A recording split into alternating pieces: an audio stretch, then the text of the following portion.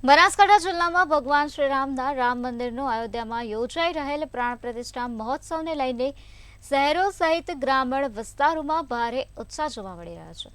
પાલનપુરના ગઢગામમાં 100 વર્ષ પુરાણું રામજી મંદિર આવેલું છે અને લોકોમાં ભગવાન રામ પ્રત્યે અપાર શ્રદ્ધા છે। ત્યારે પ્રાણ પ્રતિષ્ઠા મહોત્સવને લઈને ગઢગામમાં અયોધ્યા જેવો માહોલ જોવા મળી રહ્યો છે। ગામમાં આવેલા તમામ મંદિરો સહિત સરકારી કચેરીઓ ગામના શેરી મહોલ્લાની રોશનીથી શણગારવામાં આવ્યા છે અને રામજી મંદિર ખાતે અવિરતપણે રામધૂન અને સંતવાણીના કાર્યક્રમ યોજવામાં આવી રહ્યા છે, જેના પગલે ગઢગામમાં અયોધ્યા જેવો માહોલ છવાયો છે અને સમગ્ર ગામ રામમય જોવા મળી રહ્યું છે।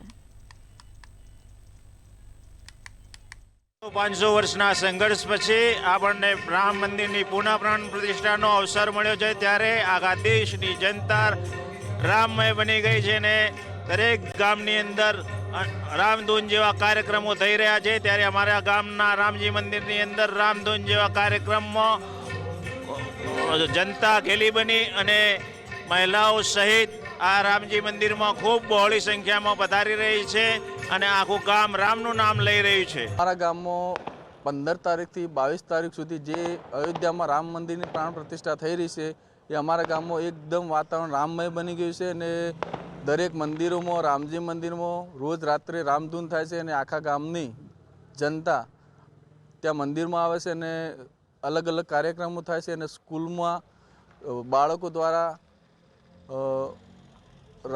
સંસ્કૃતિ પ્રોગ્રામો બધું ચાલે છે। 100 વર્ષ પછી જ્યારે ભગવાન શ્રી રામની પુનઃ પ્રાણ પ્રતિષ્ઠા અયોધ્યામાં થવા જઈ રહી છે ત્યારે ગઢ ગામનો માહોલ અત્યારે સમગ્ર ગામમાં રોશનીથી જગજગાહટ કરવામાં આવ્યું છે।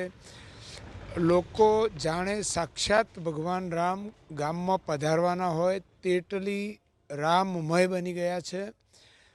100 વર્ષ જૂનું ગઢનું જે રામજી મંદિર છે તેમાં 15 થી 22 સુધી સતત રાત્રે રામધૂન ભજનિક કાર્યક્રમો ચાલી રહ્યા છે। અયોધ્યામાં 500 વર્ષ બાદ ભગવાન શ્રી રામ બિરાજમાન થવાના છે ત્યારે અત્યારે સમગ્ર દેશ સહિત ગુજરાત રાજ્યમાં રામમય માહોલ જોવા મળી રહ્યો છે। ત્યારે બનાસકાંઠાનું આ ગઢગામ છે ને ગઢગામમાં અત્યારે રામજી મંદિર આવેલું છે ને આ રામજી મંદિર 100 વર્ષ પુરાણું છે ને રામજી મંદિરમાં અત્યારે સમગ્ર ગ્રામજનો એકત્ર થયા છે અને ભગવાન શ્રી રામની રામધૂન બોલાવી રહ્યા છે।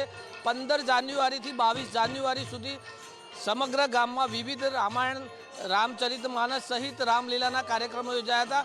જોકે આ રામજી મંદિરમાં સતત 15 જાન્યુઆરીથી 22 જાન્યુઆરી સુધી રામધૂનનો અવિરતપણે કાર્યક્રમ ચાલુ છે। મોટી સંખ્યામાં અહીંયા લોકો રામધૂનમાં જોડાયા છે। બનાસકાંઠા જિલ્લાનું આ ગઢગામ છે ને અત્યારે ગઢગામ સમગ્ર રોશનીથી ઝગમગી ઉઠ્યું છે।